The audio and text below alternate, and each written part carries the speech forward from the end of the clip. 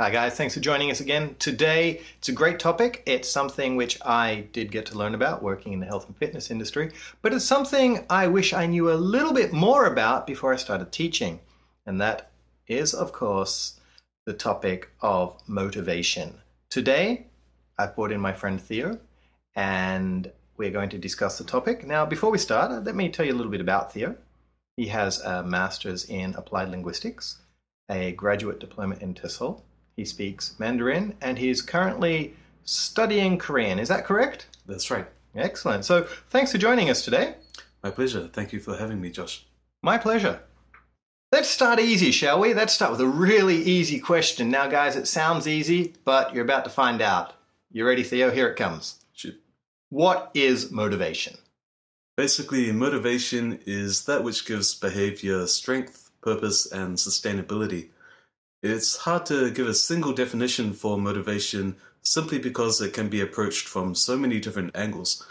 However, what all researchers can agree on is that it is very important for language learning. Okay, yeah, I mean, that sounds fair enough. Couple of things there.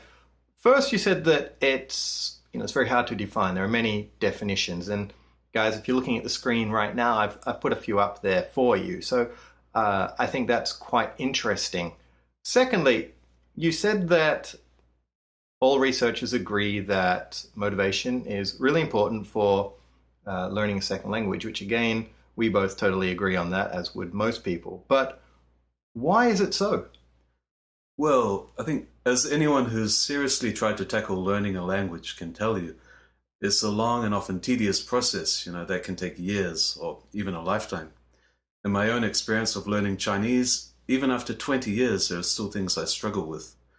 So I think if there isn't sufficient motivation, then even having a great teacher or an aptitude for languages, these things aren't likely to lead to a high level of success. On the other hand, being highly motivated can compensate for less than ideal language learning conditions. And research has shown that motivation is consistently a strong predictor of language learning success. Oh, look, I think everything you said there not only makes sense when we think about it, but it's really important for teachers to know because, I worked in the health and fitness industry and I learned a lot about motivation, but I didn't really know how to apply it or anything like that in the classroom. So just thinking of what you said there, I think if the teachers listening or watching this video, keep these ideas in mind, and we're going to just move on now and discuss some of the ways motivation can be approached. Theo. Sure. Well, one of the earliest approaches classified motivation into integrative and instrumental motivation. Integrative motivation is motivation to learn a language in order to get to know, interact, and perhaps become like the speakers of the target language. And instrumental motivation, on the other hand, refers to learning a language more for pragmatic or practical reasons. Okay, so the integrative way is I'm learning French because I want to engage with the French-speaking community because that's something I want to do. Right. Whereas the instrumental reason would be I want to maybe pass a French exam or get a job in a French company. That's right. But it is also important to note that not everyone who learns a language does so because they want to integrate with members of the target culture. So another way that motivation has been classified is into different degrees of extrinsic and intrinsic motivation. Okay, so what would that be? Well, intrinsic motivation refers to doing an activity because it is inherently satisfying, and extrinsic motivation is essentially the same as instrumental motivation, that is, doing something as a means to an end. Okay, so intrinsic motivation is internally driven? Yes. And extrinsic motivation is because, again, I want to pass an exam or I'm really trying to get this job, so I really need to learn English, so that's my goal. That's right. And in most cases of language learning motivation, we have a mixture of intrinsic and extrinsic influences. Okay, what about from your own, can you give us a little anecdote or a little story from your own experience? Yeah, for example, an extrinsic reason for why I'm learning Korean right now is to make my life in Korea more comfortable. But I'm also learning it because I genuinely find the language itself interesting. So this is an intrinsic reason. Okay, that makes perfect sense. I mean, I'm learning Korean as well, and much the same. I have intrinsic reasons. Well, sort of, I enjoy learning languages, and I guess as a extrinsic motivator, I really want to be able to have the power to go and do my own banking, and if I need to go to the dentist, instead of always just asking someone. So I want to become self-sufficient. Totally, yeah. So we can both agree on that one. That's our big extrinsic motivator. But moving on, attribution theory. Oh, before we get to that, I just wanted to add that even though both intrinsic and extrinsic motivation are useful for learning language, what we see is that high-level language learners tend to be more intrinsically motivated. Okay, well, I mean, that makes perfect sense. If you want to do it, then, of course, you're going to do it. But that's not to say, teachers out there, if people are really extrinsically motivated, that's not to say that's not going to really help guide them and help motivate them to learn. We're just saying that the results do show that intrinsically motivated students get better results. Is that correct? Yeah, that's right. That's right. Okay, so attribution theory. Right. Well, attribution theory relates to the way that people think about their past successes and failures and how that influences their motivation going forward in future activities. If people attribute their past successes and failures to factors that they can control, then this is a more positive indicator of future motivation than if they attribute them to factors outside their control. Okay, well, that makes perfect sense. So to illustrate the point, I've just done an exam, I failed. So if I attribute my success or failure, so I've failed this exam, and I can say, oh, the exam was too hard, or what else? The teaching wasn't good quality. I had a crap teacher. Yeah. Okay, so there I'm putting the blame on an external factor, on something I can't control, where it's probably better to take ownership.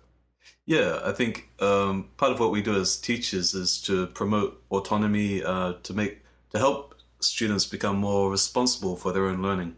Yeah, I mean, that's great. And I think one of the things I do, it's not attribution theory, but it is something which I like to do with my adult students, is I get them to think about their future self or their ideal self when we're learning a language, whether they're intrinsically motivated or extrinsically motivated. I get them to think what they want to do with the language. Do they, like, I'm learning French, I want to sit in a cafe and speak French to the waiter or watch a French movie. I imagine myself doing this. So we've covered a few of the main ones there. Yeah, but that's just some of the ways we can look at motivation. I think if you're interested in finding out more, you should check out the link. Oh, definitely. I've got a lot of resources there for you guys, especially if you do want to know more. So now we've gone through what motivation is, we've looked at why it's important, and we've discussed some of the ways we can view motivation. But let's get to the reason we're all here. We want to know the more practical side, how we can really help our students and how we can use this sort of knowledge in our classes. So let's start with the opposite of motivation, which is, of course, unmotivation. Theo, what do you think contributes to unmotivated or demotivated students? What are your main thoughts? Well, I think the big one is lack of intrinsic motivation. But there's also, contributing to that is poor quality teaching. This can include not caring about the students, having poor quality resources, not having interesting classes, and so on. Yeah, and I think if, as teachers, we can really work on teaching the right level, having interesting materials, etc., the intrinsic motivation of our students will go up.